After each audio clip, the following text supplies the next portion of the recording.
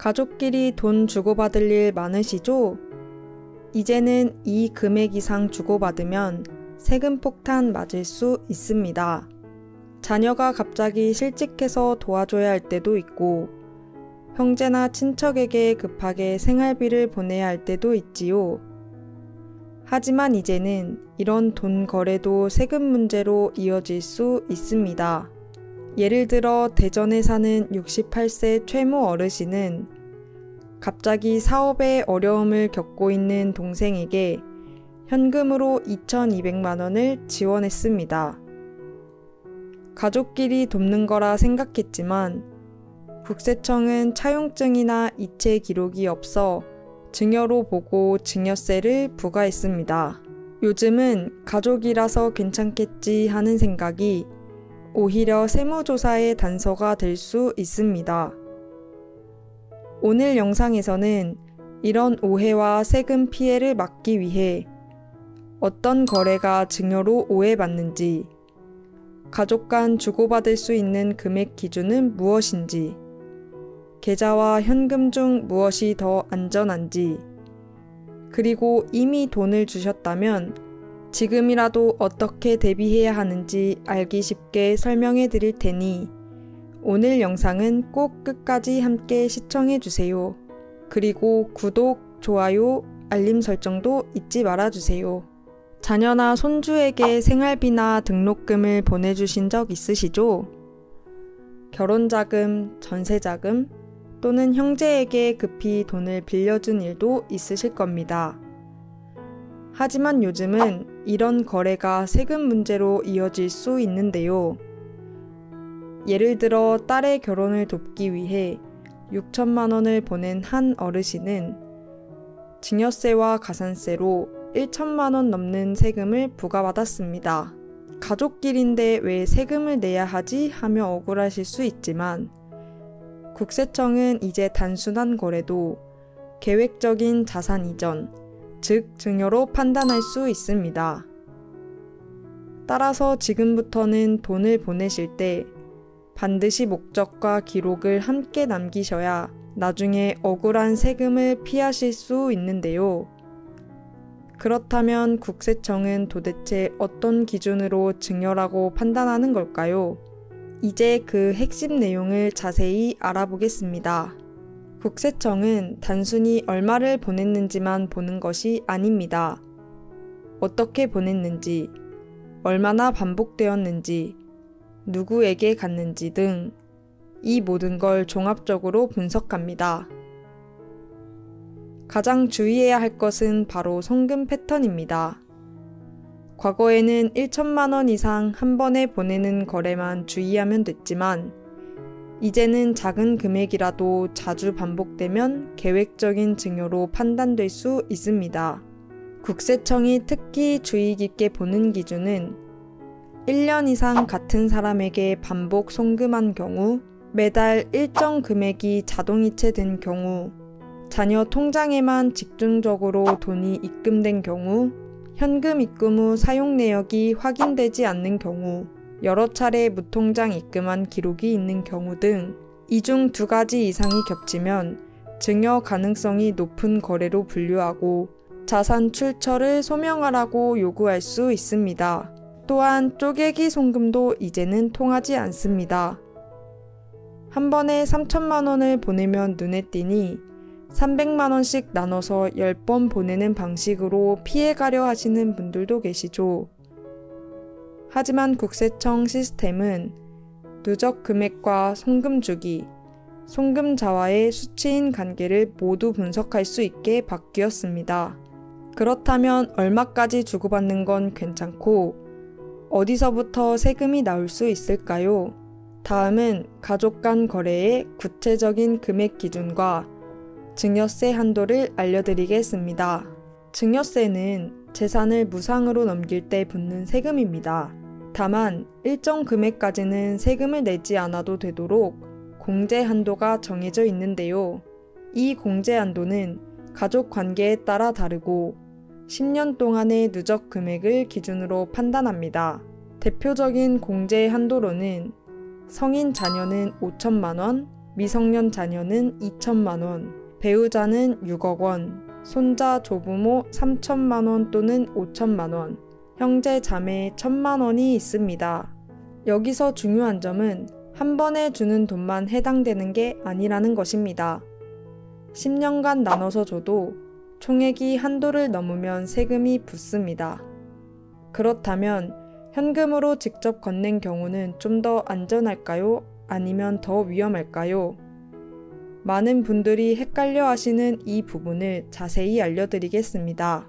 예전에는 현금은 흔적이 없어서 안전하다고 생각하는 분들이 많았습니다. 하지만 지금은 상황이 완전히 달라졌습니다. 그 이유는 바로 고액 현금 거래 보고 제도와 지능형 금융 추적 시스템 때문입니다.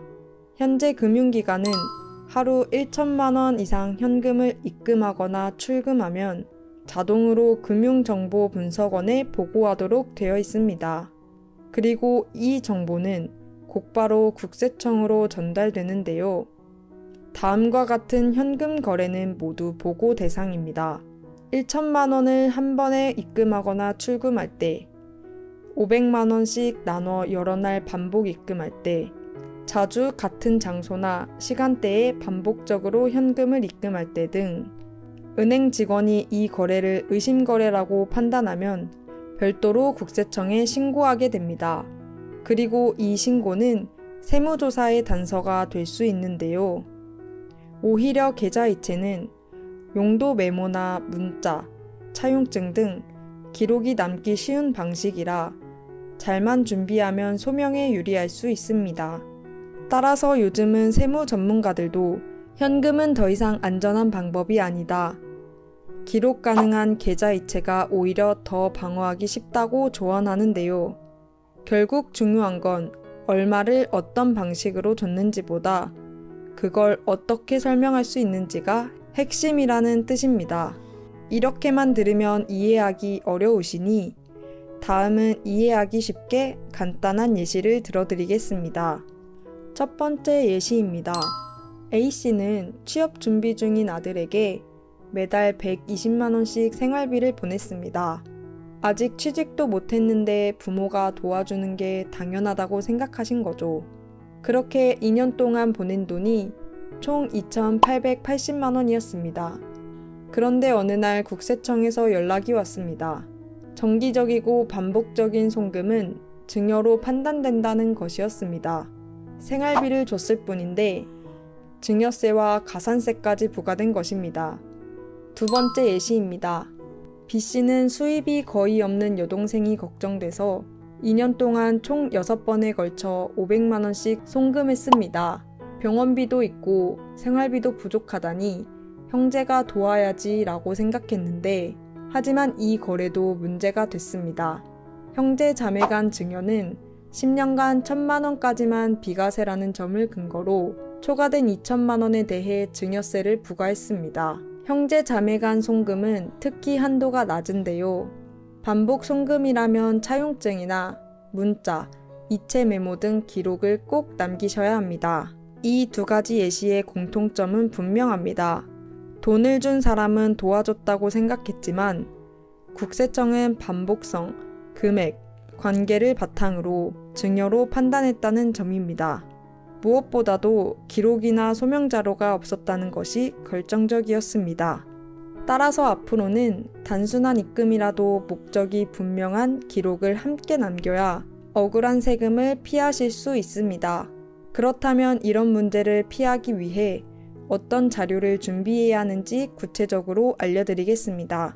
첫 번째, 계좌이체 메모 남기기입니다. 가장 간단하지만 효과적인 방법인데요. 이체할 때 메모란에 생활비, 병원비 등 용도를 적어두는 것입니다.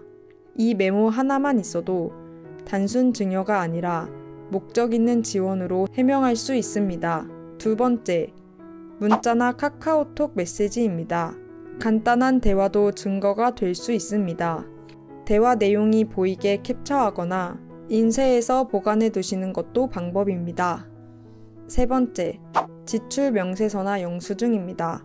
보낸 돈이 실제 지출로 연결되었는지를 보여주는 자료인데요. 이런 자료가 있다면 단순한 돈 준 것이 아니라는 것을 입증할 수 있습니다. 네 번째, 차용증 작성하기입니다. 언젠간 갚으라고 말하고 돈을 준 경우라면 반드시 차용증을 작성해 두셔야 합니다. 기본 항목으로는 돈을 빌려준 사람과 받은 사람의 이름, 금액, 날짜, 상환 기한, 이자 유무 등 작성하시면 됩니다. 문자나 이메일로 확인 내용을 주고받으면 더욱 좋습니다.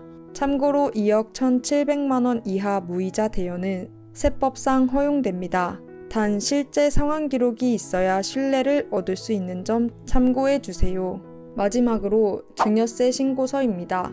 차라리 증여가 맞는 상황이라면 정식으로 증여세 신고를 하시는 것이 더 안전할 수 있습니다. 예를 들어 딸 결혼자금으로 7천만 원을 보낼 경우 5천만 원까지는 비과세이지만 초과분 2천만 원에 대해 증여세 신고를 하는 것입니다. 정리하겠습니다. 돈을 보낼 땐 이체 메모를 꼭 남기고 문자나 카카오톡 대화 내용은 캡처해 보관하고 지출 명세서나 영수증을 남기고 빌려준 돈은 반드시 차용증을 써야 하며 금액이 크다면 증여세 신고를 고려하셔야 합니다. 이 5가지 방법만 지켜도 나중에 억울한 세금 문제를 충분히 방어할 수 있습니다. 그런데 많은 어르신들께서 이렇게 물으십니다. 나는 이미 몇 년 전에 돈을 줬는데 지금이라도 뭘 할 수 있나요? 답변은 지금부터라도 준비하면 충분히 대응이 가능하다는 것입니다. 먼저 그 돈이 빌려준 돈이었다면 지금이라도 차용증을 작성하시면 됩니다. 두 번째로 당시 이체 메모나 문자, 영수증이 있다면 지금이라도 모아두는 것이 중요합니다. 없다면 가능한 내용이라도 상대방과 문자로 확인을 남겨두는 것이 좋습니다. 세 번째로는 만약 증여가 맞는 경우라면 지금이라도 자진 신고를 하시면 가산세를 줄일 수 있고 향후 세무조사 가능성도 낮아집니다. 마지막으로 앞으로의 거래 방식도 바꾸는 것이 중요합니다. 자동이체에는 용도를 남기고 반복 거래는 자제하거나 증빙 중심으로 관리하시기 바랍니다. 가족인데 뭘 그렇게까지 해야 하냐고요? 예전엔 통했던 말이지만 이제는 그게 세무조사의 단초가 될 수 있는 시대입니다. 세금은 무서운 게 아니라 모르면 억울한 것입니다. 우리는 미리 알고 준비하는 사람이어야 합니다. 지난 2년간 세수펑크가 심해 올해는 세무조사 가능성이 특히 커졌다고 하는데요. 더구나 요즘은 세무공무원이 세금 부과나 징수에 기여하거나 승소에 기여하면 연 2천만 원 한도 내에서 포상금도 지급된다고 하니 더욱 주의하셔야겠습니다. 오늘 영상으로 여러분들의 소중한 재산을 세금으로 나가는 것을 막으실 수 있게 되었습니다. 오늘 영상이 도움되셨다면 주변 친구분들께도 공유하셔서 함께 소중한 재산을 지킬 수 있길 바랍니다.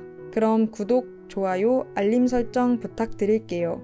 앞으로도 여러분들께 꼭 필요한 유익한 복지 정보를 빠르고 정확하게 전해드리겠습니다. 함께 해주셔서 고맙습니다. 다음 영상에서 또 만나요.